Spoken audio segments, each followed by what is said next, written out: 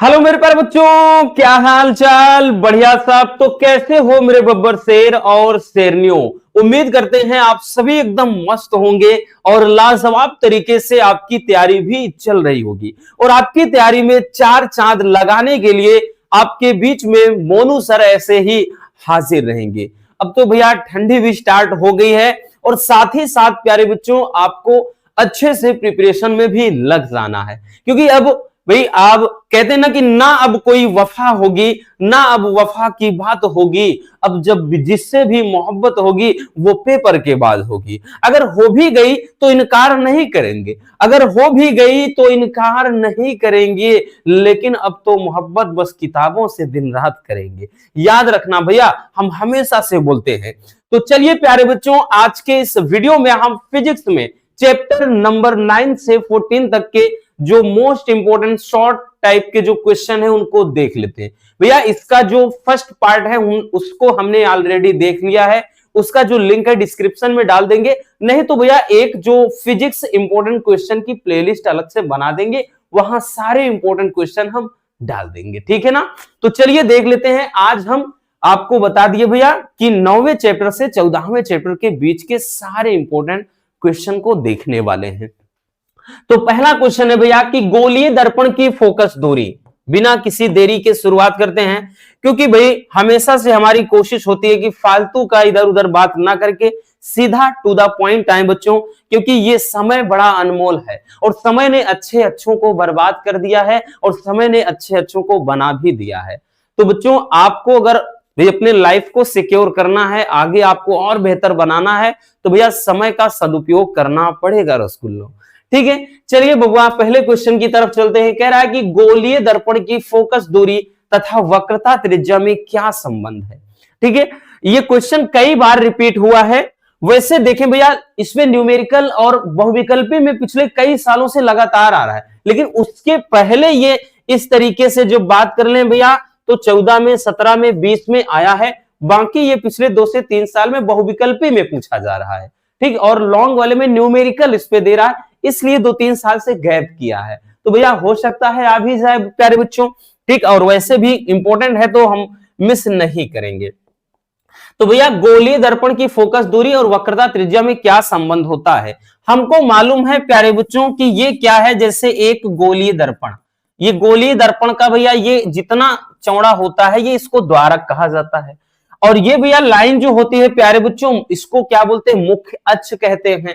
और भैया यहां पे ये ध्यान देना सी वक्रता केंद्र होता है, यानी वह केंद्र जिसका एक दर्पण भाग हो, क्योंकि इसको अगर डैश डैश ऐसे करके मिला देंगे तो पूरा एक गोला बन जाएगा, ठीक है। तो ये क्या है, सी वक्रता केंद्र होता है। अब वक्रता केंद्र का भैया अगर हम बात कर लें आधा क्या होता है, फोकस दूरी। और फोकस दूरी भैया यहां पे एक बिंदु फोकस, और फोकस होता क्या है, मुख्य अक्ष के समांतर चलने वाली प्रकाश की किरणें जो परावर्तन के बाद भाई जिस बिंदु पर काटती है मुख्य अक्ष को वही मुख्य फोकस होता है। तो ये जो भाई अब यहां से यहां दूरी जो फोकस दूरी होगी, तो यूं कह सकते हैं कि किसी दर्पण की फोकस दूरी जो होती है प्यारे बच्चों वो वक्रता त्रिज्या, ठीक है। अब यहां पे ये क्या होता है, वक्रता केंद्र होता है।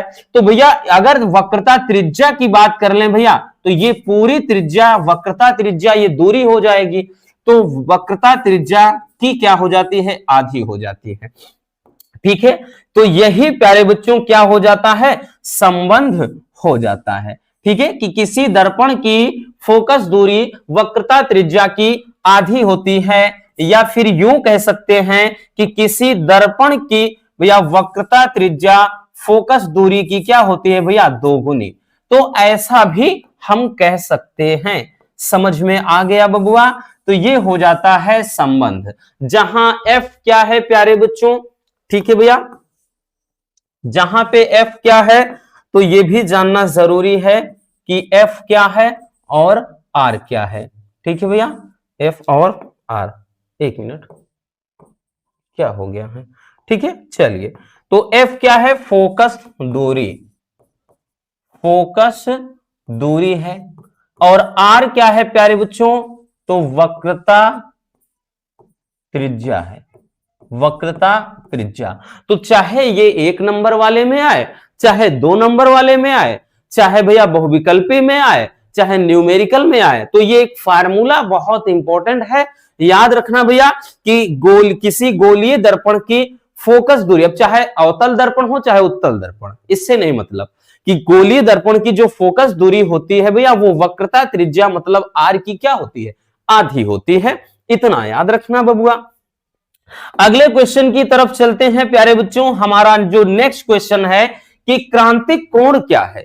ये बड़ा प्यारा सा क्वेश्चन ये भी है, क्रांतिक कोण क्या है इसकी परिभाषा लिखना है भैया आपको। इस क्वेश्चन की बात कर लें तो देख सकते हैं 13 में, 17 में, 22 में और 2024 में भी पूछा गया है। तो क्रांतिक कोण 2025 में नहीं पूछा गया, और 2025 में जो पूछा गया था क्रांतिक कोण और अपवर्तनांक में संबंध पूछा गया था। तो इसलिए 2026 के लिए ये और भी ज्यादा भैया इंपॉर्टेंट हो जाता है कि फिर से इसको पटकेगा, याद रखना। अब देखिए क्रांतिक कोण किसे कहते हैं, बड़े सरल शब्दों में समझिएगा कि सघन माध्यम में बना वह आपतन कोण। क्या कहा भैया कि सघन माध्यम में बना वह आपतन कोण जिसके लिए विरल माध्यम में बने अपवर्तन कोण का मान कितना हो जाए, 90 डिग्री हो जाए, मतलब 90 अंश हो जाए, तो इस आपतन कोण को ही क्रांतिक कोण कहा जाता है। ठीक है, क्या कहा जाता है भैया, क्रांतिक कोण कहा जाता है। चलिए इसको एक फिगर के माध्यम से, एक डायग्राम के माध्यम से समझते हैं। आपके सामने प्यारे बच्चों अपन तीन फिगर रखते हैं, ठीक है ना। कितने फिगर भैया समझने के लिए, 3, ठीक है। एक ये है, ठीक है, एक ये है और एक ये है। 3 फिगर अपन रख दिए। जैसे इसमें भैया अगर हम ये प्रकाश की किरण, ध्यान देना, एक प्रकाश की किरण प्यारे बच्चों सघन माध्यम से, माध्यम कौन सा है याद रखना, सघन है, सघन है और नीचे का भैया विरल है। ठीक है, तो सघन माध्यम से जब विरल में जाएगी भैया तो ये क्या है, ये अभिलंब है, अभिलंब से दूर हटेगी। और जब आपतन कोण का मान और बढ़ा देंगे, मतलब जब इतना कर दे भैया, जैसे ये इतना था, इसका मान और बढ़ा दें तो ये भैया और बढ़ जाएगा प्यारे बच्चों। ठीक है, आपतन कोण का मान बढ़ाने पर अपवर्तन कोण का भी मान बढ़ेगा। ठीक है, इसमें बढ़ाएंगे तो ये इतना बड़ा हो गया, जब इसका मान इतना किया तो ये इतना। अब जब इसका मान भैया और ज्यादा, मतलब और ज्यादा बढ़ा दें, ठीक है भैया, और ज्यादा इसका मान बढ़ा दें तो एक मतलब स्थिति ऐसी पैदा हो जाएगी, 1 मिनट भैया ये लाइनिंग थोड़ा तिरछी जा रही है। ठीक है, तो इसकी भाई इसका मान थोड़ा और बढ़ा देने पर ये एक स्थिति आएगी कि ये ऐसे हो जाएगी, और ये इस दशा में फिर कितने अंश का कोण बनाएगा भैया, तो 90 अंश का कोण बन जाएगा प्यारे बच्चों। तो यहां पर वही चीज कह रहा है कि सघन माध्यम में बना हुआ है आपतन कोण, क्योंकि सघन माध्यम में भैया जब किरण आपतित होती है प्यारे बच्चों, तो आपतित किरण और अभिलंब के बीच जो कोण बनता है वो आपतन कोण होता है। तो यही कह रहा है कि सघन माध्यम में बना वह आपतन कोण, मतलब जो आई होता है, विरल माध्यम में बने, कह रहा है कि उस अपवर्तन कोण के बराबर होता है भैया, जो कि 90 अंश होता है। ठीक है भैया, यानी 90 डिग्री होता है। अब यहां पे एक चीज ध्यान देना, अभी हमने आपको एक बात बताई कि भैया कई बार पूछा गया है कि पदार्थ के अपवर्तनांक, अपवर्तनांक, अब पदार्थ में जैसे कांच, वायु, जल कोई भी हो सकता है, अपवर्तनांक तथा क्रांतिक कोण में संबंध, क्रांतिक कोण में संबंध। ठीक है भैया, वही चीज अपन समझेंगे प्यारे बच्चों। इस भाई जो भी ये वन शॉट है इंपॉर्टेंट क्वेश्चन का, यहां से बाहर आने की संभावना आपकी बहुत बहुत बहुत कम हो जाती है, इतना याद रखना। ठीक है भैया, तो पदार्थ के अपवर्तनांक तथा जो क्रांतिक कोण है इसके बीच संबंध जो होता है वो हो जाता है n बराबर 1/sin c। ये भैया संबंध हो जाता है। ठीक है, n क्या है प्यारे बच्चों, तो n पदार्थ का अपवर्तनांक, जो c होता है इसी को क्रिटिकल एंगल बोले तो क्रांतिक कोण कहा जाता है। ठीक है, तो समझ में आ गया, और यही 2025 में आया था। इसलिए भैया अब की बार 2000 मतलब आने वाले एग्जाम में 2026 के लिए भैया परिभाषा पूछेगी जाने की संभावना और भी ज्यादा है। तो नोट कर लीजिए मेरे प्यारे रसगुल्लों, फिर हम चलते हैं आगे।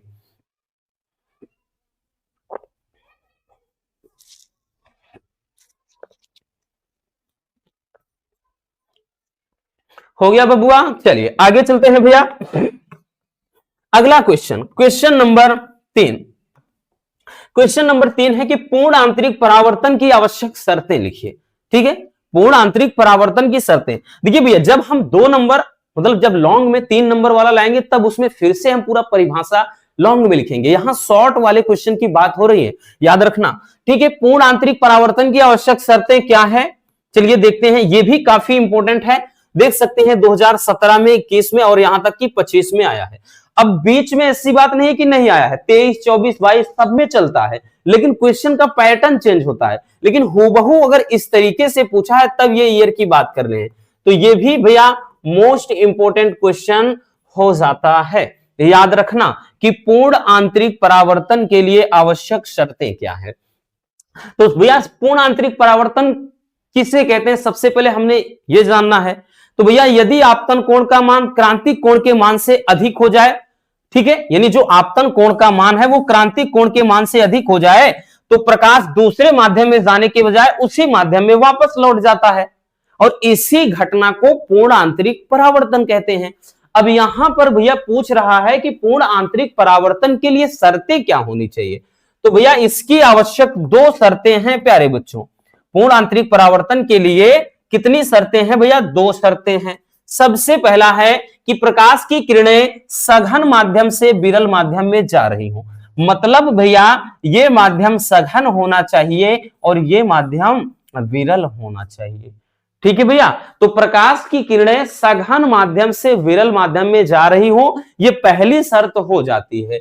और दूसरी शर्त क्या होती है, जो आपतन कोण का मान होना चाहिए वो क्रांतिक कोण के मान से अधिक हो, यानी जो आपतन कोण हो वो क्या है, बड़ा होना चाहिए, किससे, क्रांतिक कोण के मान से, यानी कोण सी से। तो ये दूसरी शर्त। तो पूर्ण आंतरिक परावर्तन के लिए 2 आवश्यक शर्तें हैं यही। पहला कि भैया प्रकाश सघन माध्यम से विरल माध्यम में जाएगा तभी पूर्ण आंतरिक परावर्तन होगा, और दूसरा भैया कि आपतन कोण का मान क्रांतिक कोण के मान से अधिक होना चाहिए।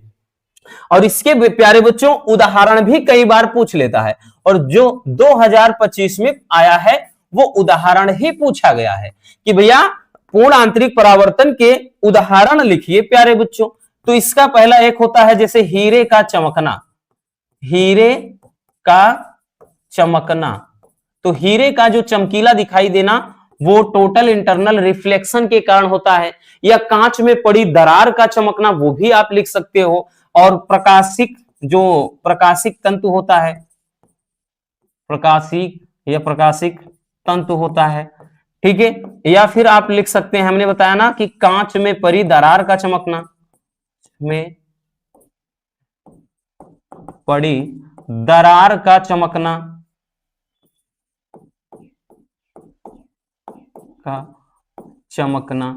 तो ये सभी क्या होते हैं भैया, इसके एग्जाम्पल हो जाते हैं, ठीक है ना। और जो 2025 में क्वेश्चन आया है वो एग्जाम्पल ही पूछा गया है, तो इसलिए 2026 में इसके शर्तें पूछे जाने की संभावना और ज्यादा बन जाती है। ठीक है, इसकी आवश्यक शर्तें क्या है बबुआ, याद रखना।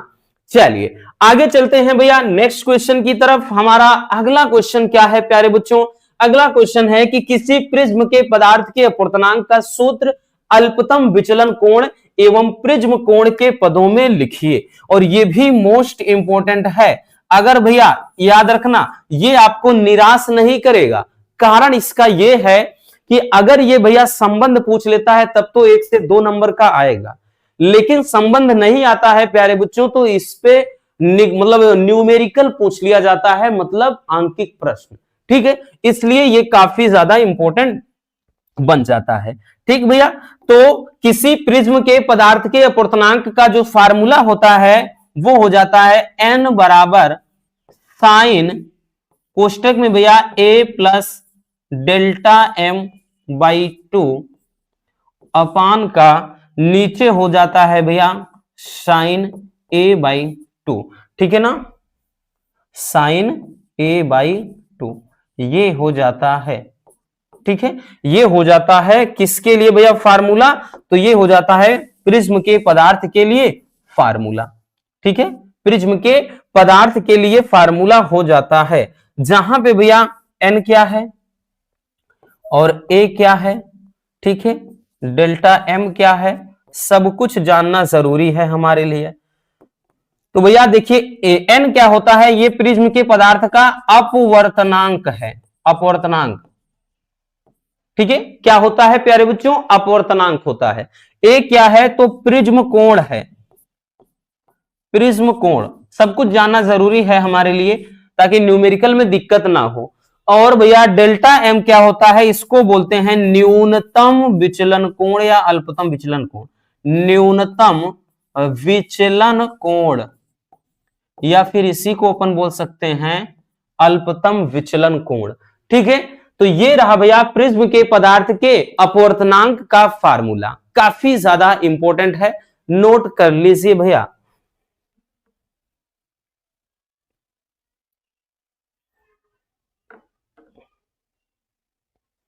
हो गया, आगे चलते हैं नेक्स्ट टॉपिक की तरफ। हमारा अगला टॉपिक क्या है, अगला टॉपिक है भैया कि गोलीय अवतल पृष्ठ के लिए, गोलीय अवतल पृष्ठ के लिए अपवर्तन का सूत्र लिखिए। तो भैया ये क्या है, बहुत ज्यादा इंपॉर्टेंट क्वेश्चन है, तो वेरी वेरी इंपॉर्टेंट बोलेंगे। अब ये इसलिए भी हमने बताया ना, जैसे इसके पहले हमने पदार्थ का अपवर्तनांक का देखा, सेम लॉजिक इसके साथ भी अप्लाई होता है। ये 2 नंबर में भी आया है, 3 नंबर में भी बन जाता है जब इस पे न्यूमेरिकल ऐड कर देगा। तो भैया हमारा फायदा है, हमें टू द पॉइंट चीजों को पढ़ना चाहिए, ऐसी चीजों को जिससे संबंधित 2 से 3 काम हमारे हो जाए, ठीक है ना। तो यहां पर भैया गोलीय अवतल पृष्ठ के लिए अपवर्तन का आपको सूत्र लिखना है। तो भैया जो अपवर्तन का सूत्र होता है प्यारे बच्चों, वो होता है n अपान v माइनस का 1 अपान u बराबर भैया जो होता है n माइनस 1 और अपान का r। तो यही क्या होता है, गोलीय अवतल पृष्ठ के लिए भैया अपवर्तन का सूत्र होता है, ठीक है।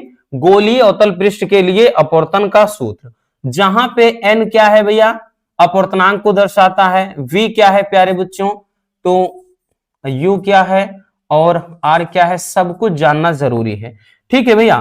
तो देखिए n क्या है, तो यहां पर भी अपवर्तनांक देगा, अपवर्तनांक, ठीक। और v क्या है, तो भैया ये है प्रतिबिंब की दूरी, प्रतिबिंब की दूरी, याद रखना, ठीक है, प्रतिबिंब की दूरी यानी। अब उसके बाद u क्या है, वस्तु की दूरी है, वस्तु की दूरी, ये लेंस से वस्तु की दूरी रहेगा। r क्या है, तो r भैया ये वक्रता त्रिज्या है, ठीक है। क्या है प्यारे बच्चों, वक्रता त्रिज्या है। आई बात समझ में। तो ये हो जाता है फार्मूला जो कि काफी ज्यादा इंपॉर्टेंट है। अगर आप इस पे नजर डालें भैया तो ये 10 में, 17 में, 22 में, 23 में आया हुआ है, 1-2 साल से नहीं पूछा गया है, तो इसके लिए इसकी संभावना और ज्यादा बढ़ जाती है। अगला क्वेश्चन किया गया है कि किसी लेंस की फोकस दूरी किन किन बातों पर निर्भर करती है। ये भी रिपीटेड क्वेश्चन है, आप देख सकते हैं 10 में, 12 में, उसके बाद 24 में, भाई बीच में भी आया है, लेकिन इसको अलग तरीके से पूछा गया था। अब इस तरीके से जब पूछा गया तो तब ये ईयर है, बाकी ऐसा नहीं है कि बीच में इतना गैप हो गया डायरेक्टली 10 साल 8 साल गया, नहीं ऐसा नहीं है भैया, बीच में भी पूछा गया है बट उसको अलग तरीके से पूछा गया है, ठीक है। तो चलिए देखते हैं भाई, गोलीय मतलब किसी लेंस की फोकस दूरी किन किन बातों पर कह रहा निर्भर करती है। तो भैया फोकस दूरी के लिए फार्मूला जो होता है 1/f बराबर n-1 होता है प्यारे बच्चों, और उसके बाद भैया कोष्टक में 1 यहां पे r1 माइनस का 1/r2 होता है, ठीक है भैया, ये फार्मूला हो जाता है।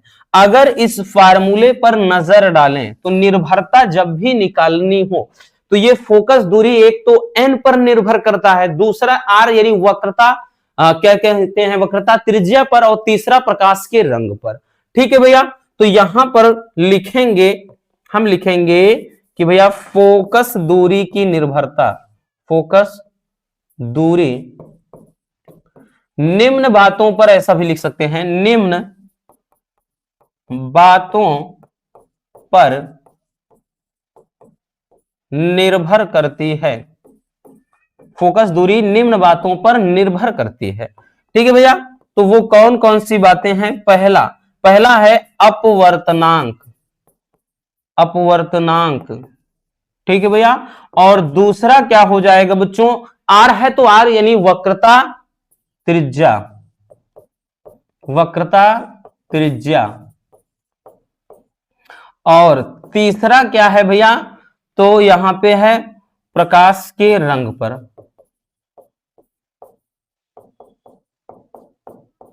रंग पर, इन तीनों पर निर्भर करता है। ठीक है, तो ये भैया निर्भरता हो जाती है। ठीक, जो कि काफी इंटरेस्टिंग टॉपिक है। या नीचे वाला नहीं भी लिखेंगे तब भी चलेगा, क्योंकि फार्मूले से हमें यहाँ पर वही अपवर्तनांक और वक्रता त्रिज्या के बारे में पता चल रहा है। तो आप डायरेक्टली लिख सकते हैं कि वक्र अपवर्तनांक पर निर्भर करती है और वक्रता त्रिज्या पर, प्रमुख रूप से इन दो बातों पर निर्भर करती है। चलिए जल्दी से इसको भी स्क्रीनशॉट कर लीजिए।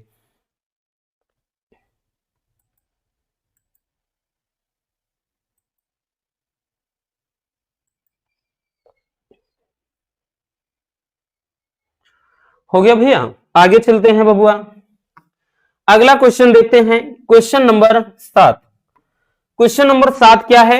यह भी काफी प्यारा सा क्वेश्चन है कि कला संबद्ध स्रोत किसे कहते हैं? और ये कई बार आया है, लगातार रिपीट हुआ है।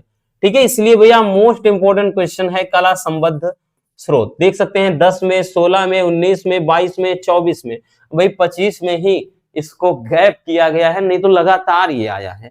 तो कला संबद्ध स्रोत क्या है? बहुत सिंपल सी परिभाषा है, बस आपको परिभाषा समझने की जरूरत है।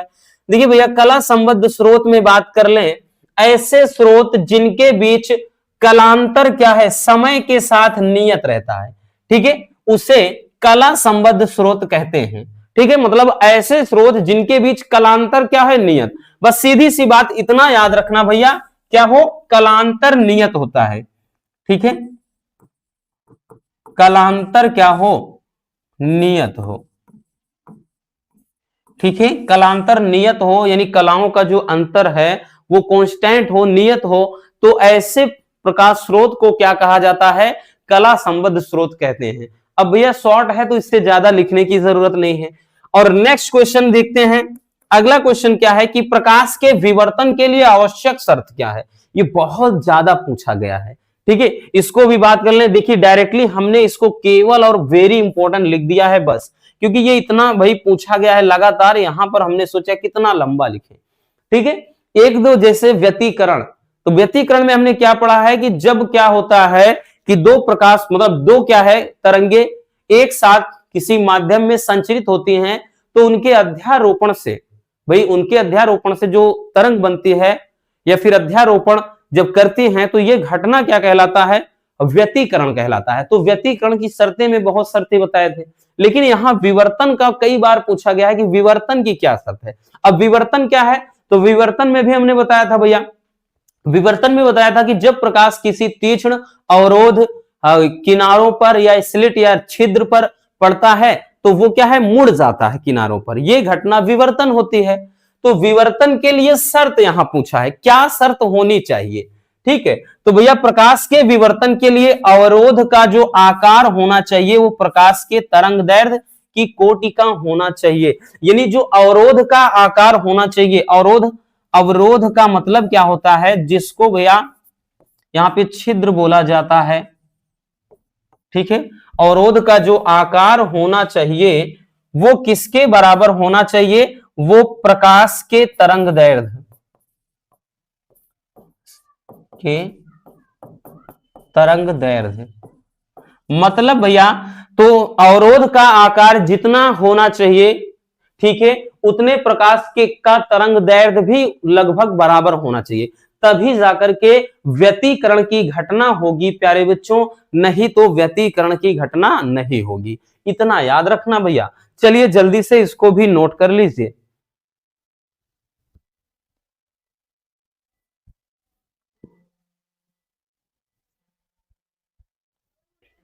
हो गया, चलिए आगे देखते हैं। अगला क्वेश्चन क्या है? Question number 9। क्वेश्चन नंबर जो 9 है भैया वो है बेहली आवृत्ति से आप क्या समझते हैं? ठीक है, और ये भी बड़ा प्यारा सा क्वेश्चन है। चलिए समझते हैं कि देहली आवृत्ति क्या है। तो इस क्वेश्चन की बात कर लें भैया, 2010 में, 11 में, 17 में, 19 में और 25 में पूछा गया है कि देहली आवृत्ति क्या है। और आपको बता दें भैया, ये जो विकिरण तथा द्रव्य की द्वैत प्रकृति चैप्टर है, यहां से जितने आपके शॉर्ट वाले हैं सब पूछे जाते हैं। सारे के सारे जो परिभाषाएं भैया बहुत ज्यादा इंपॉर्टेंट है। ठीक है भैया, तो यहां पे ध्यान दीजिएगा, देहली आवृत्ति क्या है। अब इसको भाई समझिएगा, बहुत सिंपल सी परिभाषा है, फिर हम आपको समझाते हैं डायग्राम से कि देखिए, प्रकाश की वह न्यूनतम आवृत्ति जिसे किसी धातु पर डालने से धातु के पृष्ठ से प्रकाश इलेक्ट्रॉन का उत्सर्जन शुरू हो जाए, उसे देहली आवृत्ति कहते हैं। ठीक है भैया, तो इसको अगर आपको याद हो, वन शॉट में बहुत अच्छे से समझाया था। जैसे भैया एक क्या है, ये कोई धातु की सतह है और इस पे हमने क्या किया, एक प्रकाश की किरण ये आपतित हो रही है। ठीक है, इस पर क्या है भैया, ये प्रकाश की आवृत्ति। ठीक, और एक फोटॉन है, यानी जिसकी आवृत्ति क्या है, एच न्यू है। ठीक है ना, ये ऊर्जा है E बराबर एच न्यू, आपतित हो रहा है। और आपतित होने के बाद अगर देखें तो यहां से भैया ये प्रकाश के इलेक्ट्रॉन का उत्सर्जन शुरू हो जाता है। तो यहां पर क्या कह रहा है कि जब किसी धातु पर, ठीक है, यहां पे ये कोई धातु है तो इस पे कोई न्यूनतम आवृत्ति का प्रकाश डाला जा रहा है, ठीक है, जिसकी ऊर्जा क्या है, एच न्यू है। तो वही कह रहा है कि वह न्यूनतम आवृत्ति जिसे किसी धातु की सतह पर डालने पर, ये कोई धातु है भैया, जब इस धातु की सतह पर डालोगे तो यहां से प्रकाश इलेक्ट्रॉन का उत्सर्जन शुरू हो जाए।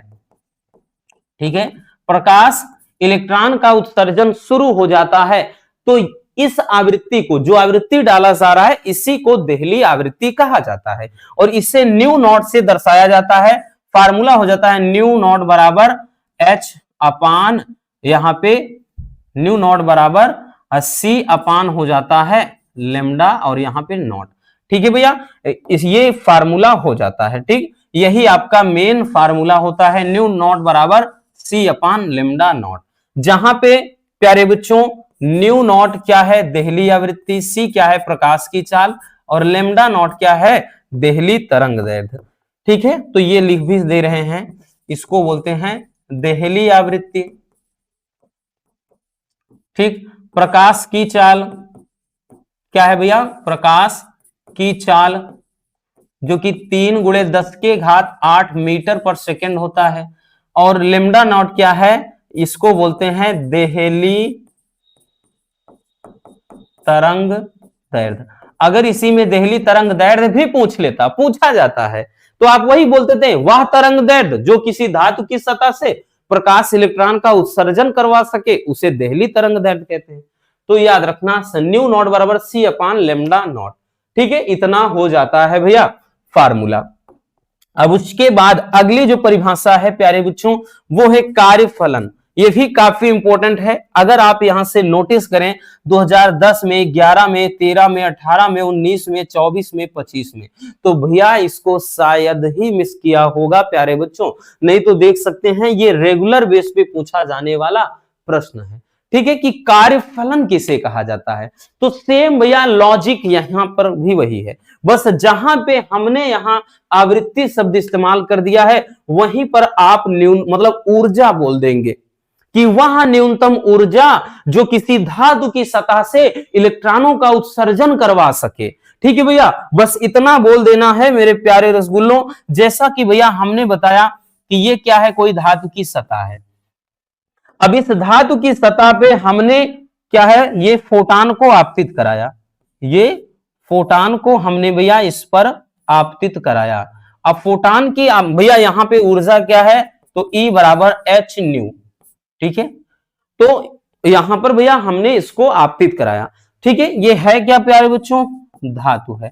तो हमने क्या बताया, अब यहां पर इसके प्रकाश डाला जा रहा है, तो मतलब भैया यहां पर जाहिर सी बात है तो कुछ ना कुछ कार्य करना पड़ेगा।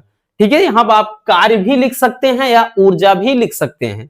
तो हमने डायरेक्टली बता दिया कि वह न्यूनतम ऊर्जा जो किसी धातु की सतह से प्रकाश का मतलब प्रकाश इलेक्ट्रॉन का उत्सर्जन करवा सके, उसे बोलते हैं भैया कार्यफलन। और इससे क्या हो जाता, मतलब दर्शाते हैं किससे, डब्ल्यू नॉट से। तो यहां पर इसको हम लिख भी सकते हैं कि डब्ल्यू नॉट या डब्ल्यू अकेले से एच इंटू न्यू नॉट, तो ये लिख सकते हैं। ठीक है, अब एक चीज ध्यान देना, ये आपका मेन फार्मूला ये भी हो जाता है, और हमको यहां पे ये भी तो मालूम है चूंकि न्यू नॉट बराबर सी अपान लेमडा नॉट, तो इसको एक और तरीके से लिखा जा सकता है कि भैया डब्ल्यू नॉट या डब्ल्यू बराबर, हमने बताया ना चाहे जिससे लिखिए कोई दिक्कत ना, ठीक है। तो इसको एच और न्यू नॉट बराबर सी अपान लेमडा, तो सी अपान ये लेमडा और यहां पे नॉट, तो भैया इसे इस तरीके से भी लिखा जा सकता है। ठीक है, आई बात समझ में बच्चों? तो ये हो जाता है कार्यफलन, सीधी सी बात। तो भैया वह न्यूनतम ऊर्जा जो किसी धातु की सतह से इलेक्ट्रॉन का उत्सर्जन कराने के लिए आवश्यक हो या इलेक्ट्रॉन का उत्सर्जन करवा सके, तो उस ऊर्जा को कहते हैं कार्यफलन। इसे डब्ल्यू से दर्शाते हैं या डब्ल्यू नॉट बोल दीजिए, कोई दिक्कत ना। तो भैया एच इंटू न्यू नॉट, जहां एच क्या है, प्लांक नियतांक है, न्यू नॉट तो देहली आवृत्ति है, जानते ही हैं भैया, सी क्या है, प्रकाश की चाल है बच्चों। चलिए नोट कर लीजिए भैया।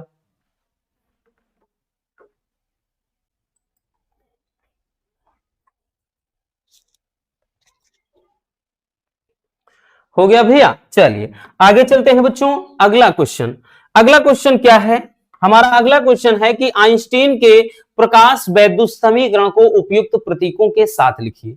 यह भी बड़ा ही प्यारा सा क्वेश्चन है, आप देख सकते हैं भैया, वेरी इंपॉर्टेंट क्वेश्चन है और कई बार लगातार पूछा गया है। ठीक, तो आइंस्टीन का प्रकाश वैद्युत समीकरण की बात कर ले, बहुत सिंपल सा है, वो होता है 1/2 क्या होता है, यानी half M V, V maximum होता है स्क्वायर, बराबर होता है भैया एच कोष्टक में न्यू माइनस का न्यू नॉट। ठीक है, न्यू क्या है, आवृत्ति, प्रकाश की आवृत्ति, न्यू नॉट क्या है, फोटॉन की आवृत्ति। तो ये हो जाता है भैया क्या, फार्मूला। ठीक है, ये हो जाता है फार्मूला। यहां पर सैंबल की बात कर लें, एम क्या है भैया, वी मैक्सिमम क्या है, ठीक, और उसके बाद न्यू क्या है, न्यू नॉट क्या है, ठीक है, और एच क्या है। तो सब कुछ हमें जानना जरूरी है उपयुक्त प्रतीकों के साथ। एम क्या है भैया, तो ये द्रव्यमान होता है, कण का द्रव्यमान। ठीक है, वी मैक्सिमम तो अधिकतम वेग, प्रकाश मतलब जो कण का अधिकतम वेग, अधिकतम वेग है। ठीक है, और न्यू क्या है, ये प्रकाश की आवृत्ति, प्रकाश की आवृत्ति। उसके बाद भैया न्यू नॉट क्या है, फोटॉन की आवृत्ति, फोटॉन की आवृत्ति। ठीक, और एच क्या है, तो प्यारे बच्चों ये है प्लांक नियतांक, प्लांक नियतांक। एच क्या है, प्लांक नियतांक होता है। ठीक है ना, चलिए अगला क्वेश्चन देखते हैं। नेक्स्ट क्वेश्चन क्या है? नेक्स्ट क्वेश्चन है कि दे ब्रोगली या डी ब्रोगली बोलते हैं इसी को, तरंग दैर्ध्य के सूत्र को उपयुक्त प्रतीकों के साथ लिखिए। यह भी काफी इंपॉर्टेंट क्वेश्चन है, इस पे न्यूमेरिकल भी अच्छे अच्छे बनते हैं भैया। तो चलिए देखते हैं प्यारे बच्चों। तो डी ब्रोगली तरंग दैर्ध्य के लिए फार्मूला होता है लेमडा बराबर एच अपान रूट में भैया 2mk, ये हो जाता है। ठीक है, तो ये फार्मूला हो जाता है। या फिर इसको भैया कई तरीके से लिखते हैं, या प्यारे बच्चों लेमडा बराबर, इसको या लेमडा बराबर एच अपान पी लिखा जाता है। ठीक है, तो भैया इस तरीके से भी लिखा जाता है, या इसी को, इसी का एक रूप और है, लेमडा बराबर एच अपान एम वी होता है। ठीक है, तो भैया इसका कई रूप है, एक ये भी है। तो प्रमुख रूप से ये इतने तरीके, और एक तरीके से और लिखा जाता है, लेकिन भाई वो बात की बात है कि किसके पदों में पूछ रहा है। अगर पूछ ले भैया गतिज ऊर्जा के पदों में तो ये लिखेंगे, एच क्या है प्लांक नियतांक, एम तो द्रव्यमान है, के क्या है गतिज ऊर्जा। अगर पूछ ले संवेग के पदों में तब आप ये लिखेंगे। अब अगर पूछ लिया जाए भैया द्रव्यमान तथा वेग के पदों में तब आप ये लिखेंगे। ठीक है, तो याद रखना भैया, इसीलिए हमने अलग अलग तरीके से लिख दिया है। और जबकि तीनों क्या है, डी ब्रोगली तरंग दैर्ध्य का सूत्र है। और उपयुक्त प्रतीकों में तो हमने बता दिया ना भैया कि जो यहां पे आपको ना समझ में आए लिख दिया। P क्या है प्यारे बच्चों, तो P है संवेग, ठीक है भैया, संवेग है। यहाँ पे m तो द्रव्यमान है ही, v क्या है, वेग है। ठीक, आई बात समझ में। तो ये हो जाएगा आपका डी, मतलब डी ब्रोगली तरंग दैर्ध्य या दे ब्रोगली तरंग दैर्ध्य। नोट कर लीजिए जल्दी से। हो गया, आगे चलते हैं, अगला क्वेश्चन देखते हैं। हमारा अगला क्वेश्चन क्या है, अगला क्वेश्चन है हाइड्रोजन, हाइड्रोजन परमाणु का इलेक्ट्रॉन, मतलब हाइड्रोजन परमाणु का इलेक्ट्रॉन वृत्तीय कक्षा में घूम रहा है, तो इसका कोणीय संवेग प्लांक नियतांक के पदों में लिखिए। यह भी बड़ा ही प्यारा सा क्वेश्चन है और काफी इंपॉर्टेंट है। आप 24 का पेपर उठाओ, आया है 22 का, अब उसके पहले का उठाओ, 25 में नहीं आया है, तो इसलिए 26 में और भी ज्यादा भाई चांसेस हैं इसके पूछे जाने की। तो जब कोई हाइड्रोजन परमाणु का इलेक्ट्रॉन वृत्तीय कक्षा में घूम रहा होता है भैया, ठीक है, मैं कोई किस प्रकार की कक्षा में, तो भैया किस प्रकार, तो वृत्तीय कक्षा में जैसे चक्कर काट रहा है, तो इसमें क्या होता है भाई, जिसकी त्रिज्या क्या है, मान लेते हैं r है, और इसमें इलेक्ट्रॉन ये है और ये वृत्तीय कक्षा में घूम रहा है, तो ऐसे केसेस में कोणीय संवेग जो होता है वो क्या हो जाता है भैया, कोणीय संवेग J बराबर वो n h अपान 2 पाई ये हो जाता है। ठीक है, यहां पे याद रखना, अगर यहां पे n बराबर जैसे 1 रख दें, एक चीज ध्यान देना, ये हो जाता है मेन फार्मूला है आपका, क्या है, ये मेन फार्मूला होता है। अब चूंकि भैया ये भी चीज ध्यान देना, J बराबर क्या होता है, MVR, MVR होता है, तो इसके बराबर यहां पे n इंटू h अपान 2 पाई, तो इसे ऐसे भी लिख सकते हैं।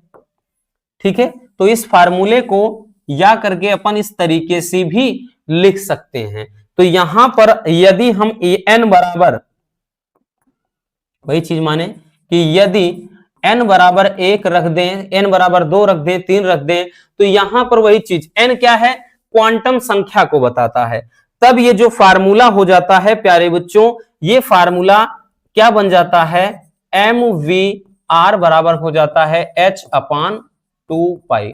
ठीक है, तो ये ध्यान देना, यही आपका क्या हो जाता है, फार्मूला हो जाता है। ठीक है, बाकी वैसे हमने बताया ना कि चाहे जो वाला आप फार्मूला लिख दो कोई दिक्कत नहीं है, सब ठीक है।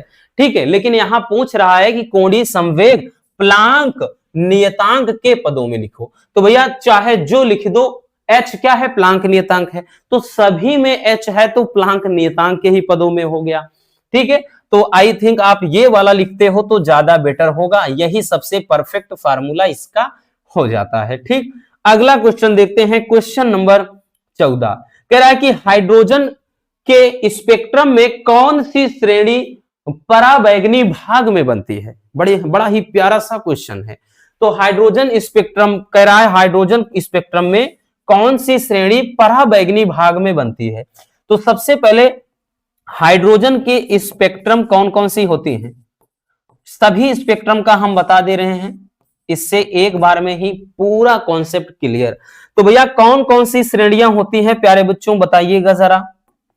सबसे पहला होता है लाइमन, ठीक है भैया, दूसरा होता है बामर, लाइमन बामर, तीसरा पासन या पाश्चन बोलता है, और चौथा ब्रैकेट, और जो पांचवा होता है भैया फुंड, इधर लिख दे रहे हैं फुंड श्रेणी। ये 4 श्रेणियां होती हैं। यहां पे पूछ रहा है कि कौन सी श्रेणी पराबैंगनी भाग में बनती है। तो प्यारे बच्चों लाइमन श्रेणी ये स्पेक्ट्रम के पराबैंगनी भाग में बनती है, यही श्रेणी क्या बनती है, पराबैंगनी भाग में बनती है। बामर जो होती है वो दृश्य भाग में बनती है, दृश्य भाग में। ठीक है, और उसके बाद भैया पाश्चन श्रेणी, तो ये अवरक्त भाग में, और ब्रैकेट श्रेणी ये भी अवरक्त भाग में, और भैया ध्यान देना फुंड श्रेणी ये भी अवरक्त भाग में बनती है। तो नीचे की 3 श्रेणियां, ये रटने की जरूरत नहीं भैया, 3 श्रेणियों को याद रखना, अवरक्त भाग में बनती हैं। बाकी पहला पराबैंगनी, दूसरा दृश्य भाग। ठीक है, तो ये आप जो हाइड्रोजन स्पेक्ट्रम की लाइमन, बामर, पास्चन, ब्रैकेट और फुंड 5 श्रेणियां हैं, कौन सी श्रेणी किस भाग में बनती है याद कर लेना अच्छे से। चलिए जल्दी से नोट कर लीजिए भैया, हो गया ना। चलिए आगे चलते हैं प्यारे बच्चों। अगला question, question number 15। Question number 15 क्या कह रहा है, यह भी बड़ा प्यारा सा क्वेश्चन है। कह रहा हाइड्रोजन स्पेक्ट्रम में तरंग दैर्ध्य का सूत्र रिडबर्ग नियतांक के पदों में लिखिए। देख सकते हैं ये भी काफी इंपॉर्टेंट है। ठीक है, तो रिडबर्ग नियतांक के पदों में लिखना है, तो भैया फार्मूला क्या होता है हमको यही लिखना है। तो रिडबर्ग नियतांक का जो फार्मूला होता है प्यारे बच्चों, वो क्या होता है, 1/λ बराबर फार्मूला आर कोष्टक में 1/n1 का स्क्वायर माइनस 1/n2 का स्क्वायर, यही मेन फार्मूला होता है। ठीक है, यही क्या होता है भैया, मेन फार्मूला हो जाता है। जहां पे यहां पे हमको यही पूछ रहा था कि आर क्या है, तो आर क्या है प्यारे बच्चों, तो आर को ही बोलते हैं रिडबर्ग नियतांक। क्या कहते हैं, रिडबर्ग नियतांक कहा जाता है। ठीक है, यहां n1 n2 ये कक्षाओं को बताता है। जैसे अगर लाइमन बोलेगा तो यहां n बराबर 1 रख देंगे, फिर यहां शुरुआत करेंगे 2 से।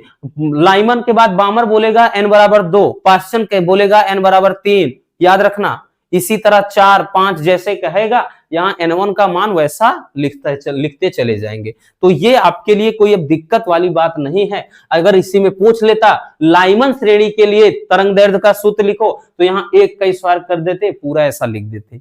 बामर के लिए बोलता पूरा फार्मूला सेम लिखते, यहाँ 2 का स्क्वायर लिख देते बस। ठीक है, पास्चन श्रेणी का बोलता तो यहाँ 3 का स्क्वायर लिख देते, और यहाँ पे आगे हमने बताया एक बढ़ा करके चलते हैं। ठीक, तो ये हो जाएगा भैया फार्मूला।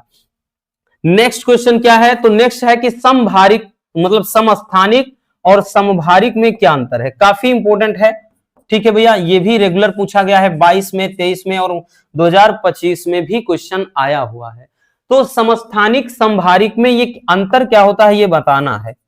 ठीक है, तो एक चीज ध्यान देना, एकदम सिंपल सा अंतर है, आपको कुछ बहुत मतलब डिटेल्स में लिखने की जरूरत नहीं है कि भाई समस्थानिक और समभारिक में अंतर इतना है कि समस्थानिक में परमाणु क्रमांक बराबर होता है और समभारिक में परमाणु भार बराबर होता है।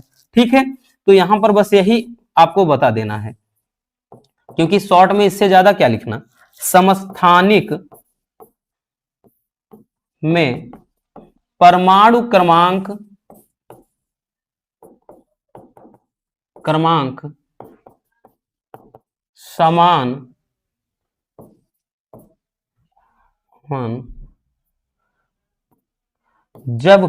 जबकि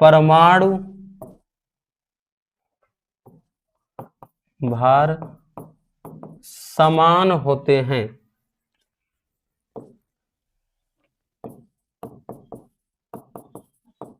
यानी समस्थानिक में परमाणु क्रमांक समान जबकि समभारिक में परमाणु भार समान होते हैं। ठीक है, और उसके बाद समस्थानिक में परमाणु भार भिन्न भिन्न होते हैं और समभारिक में परमाणु भार समान होते हैं, मतलब उल्टा चलता है। अब ये बातें तो आप समझ गए होंगे। यानी या ऐसे भी लिख सकते थे कि समस्थानिक में परमाणु क्रमांक समान होते हैं जबकि समभारिक में परमाणु क्रमांक भिन्न भिन्न होते हैं, ऐसा भी लिख सकते थे। तो बात एक ही है। ठीक है भाई, चाहे आप कहो कि राम, जैसे कह सकते हो राम श्याम का बड़ा भाई है, या फिर कह सकते हैं श्याम राम का छोटा भाई है, तो बात एक ही है बबुआ। चलिए जल्दी से नोट कर लेना भैया, हो गया ना। चलिए आगे चलते हैं, अगला क्वेश्चन क्या है। हाँ, यहां से भी भैया दमदार क्वेश्चन है। क्वेश्चन नंबर 17 कह रहा है कि परमाणु द्रव्यमान मात्रक क्या है, इसका किलोग्राम के साथ क्या संबंध है। यह भी काफी इंपॉर्टेंट क्वेश्चन है भैया, देख सकते हैं 12 में, 18 में, 22 में, 24 में आया है। 25 में नहीं आया, 26 में और भी ज्यादा संभावना हो जाती है।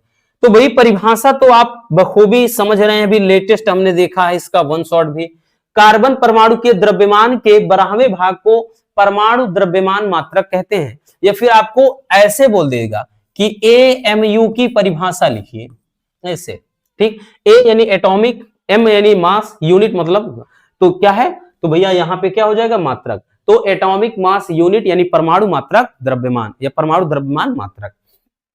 तो इसका कह रहा है कि किलोग्राम के साथ संबंध क्या होता है, तो 1 AMU बराबर कितना किलोग्राम होता है, तो 1.66 याद है ना भैया, गुणे 10 के घात माइनस का 27 किलोग्राम। ये पूरा हमने निकाल कर आपको बताया था, ठीक है, याद आया कुछ, पूरा का पूरा ये हमने निकाल के लॉन्ग में बताया था, ठीक। यही हो जाता है भैया इसका किलोग्राम के साथ में संबंध।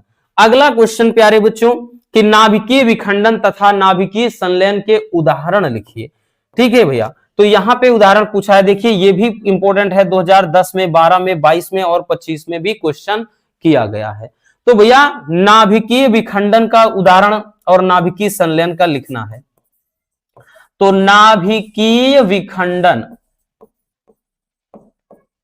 नाभिकीय विखंडन एक तरफ चलना है और एक तरफ लेकर चलना है नाभिकीय संलयन के उदाहरण लिखना है। यानी जैसे किस मतलब नाभिकीय विखंडन भाई पे कौन कौन से उदाहरण सटीक बैठेंगे, जैसे भैया परमाणु बम, परमाणु बम हो गया, ठीक है। दूसरा है न्यूक्लियर रिएक्टर या परमाणु भट्टी, ठीक है, नाभिकीय रिएक्टर जिसको परमाणु भट्टी या फिर हम जिसको नाभिकीय रिएक्टर कह सकते हैं। और भैया नाभिकीय संलयन पे बात कर लें बच्चों, तो इस पे क्या हो जाता है, जैसे सूर्य, और दूसरा जैसे हाइड्रोजन बम, ये नाभिकीय संलयन पर आधारित होते हैं, ठीक है भैया, नाभिकीय संलयन पर। तो ये क्वेश्चन भी किया गया है, ठीक है। नाभिकीय विखंडन का आया था, तो हो जा सकता है कि नाभिकीय संलयन का 2026 में आ जाए, ठीक है। तो दोनों हमने बता दिए हैं, इसको भी जल्दी से स्क्रीनशॉट कर लीजिए, काम की चीज है।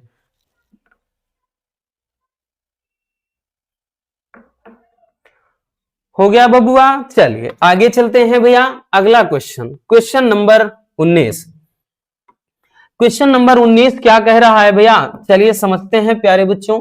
ये भी प्यारा सा क्वेश्चन है, कह रहा एन टाइप तथा पी टाइप अर्धचालक में आवेश वाहक कौन से होते हैं।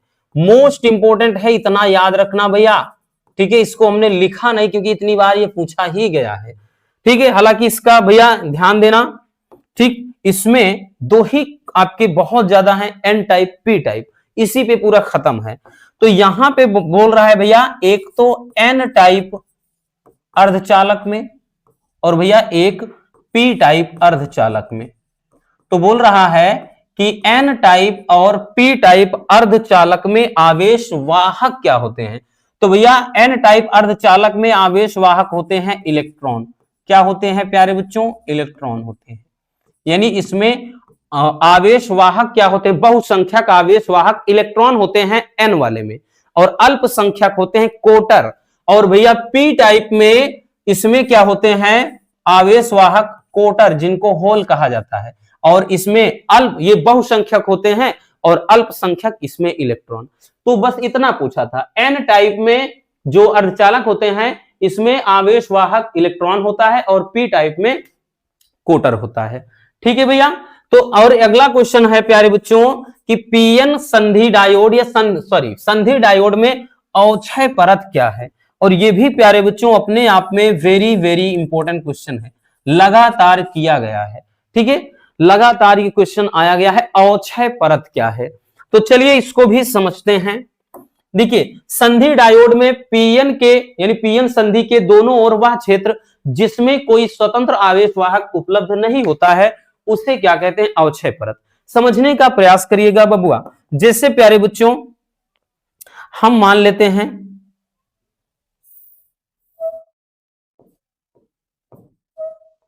इस तरह से,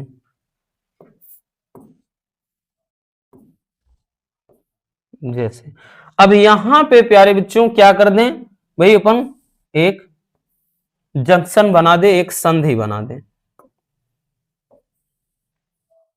जैसे एक तरफ क्या है, मान लेते हैं एक तरफ P है, एक तरफ N है, तो पीएन संधि डायोड के कह रहा है कि मतलब इसके निकट, ठीक है। और P में भैया क्या होते हैं, P में कोटर होते हैं, आवेशवाहक, और इसमें क्या होते हैं, इलेक्ट्रॉन होते हैं, इलेक्ट्रॉन होते हैं। तो यहां पे वही चीज कह रहा है कि पी मतलब संधि डायोड में पीएन के निकट, यानी पीएन संधि के निकट दोनों ओर, भाई इसके निकट भी है, इसके निकट, दोनों ओर वह क्षेत्र कह रहा है कि ये जो पूरा क्षेत्र है, इतना क्षेत्र, इसी को बोलते हैं बच्चों, इसने क्षेत्र को ही बोलते हैं, क्या बोलते हैं, अवक्षय परत, अवक्षय परत। तो वही चीज कह रहा है, पीएन संधि डायोड में मतलब पीएन संधि में, पीएन संधि के दोनों ओर वह क्षेत्र जिसमें कोई आवेश जो होता है, मतलब कोई स्वतंत्र आवेश वाहक उपलब्ध ना हो, ठीक है, यानी इसमें आने के बाद वो क्या हो जाते हैं, यूं कह लें कि विलुप्त हो जाते हैं, तो वो एरिया, वो क्षेत्र अवक्षय परत कहलाएगा, नाम ही है अवक्षय, यानी इसमें क्षय हो जाते हैं, ठीक है भैया। तो ये हो जाएगा अवक्षय परत। चलिए स्क्रीनशॉट कर लीजिए जल्दी से, हो गया। तो बस आज के इस वीडियो में इतना ही। आई होप आज की ये क्लास आपके लिए बहुत ज्यादा इंपॉर्टेंट रही होगी और वीडियो में मजा भी आई होगी। अगर वीडियो पसंद आई हो मेरे बब्बर शेर और शेरनियों, तो एक लाइक जरूर कर देना इस मेहनत के लिए, और हाँ नए हैं तो चैनल को सब्सक्राइब जरूर कर लीजिए। Love you, bye bye, take care, और एक प्यारा सा कमेंट बॉक्स में छोड़ दीजिएगा।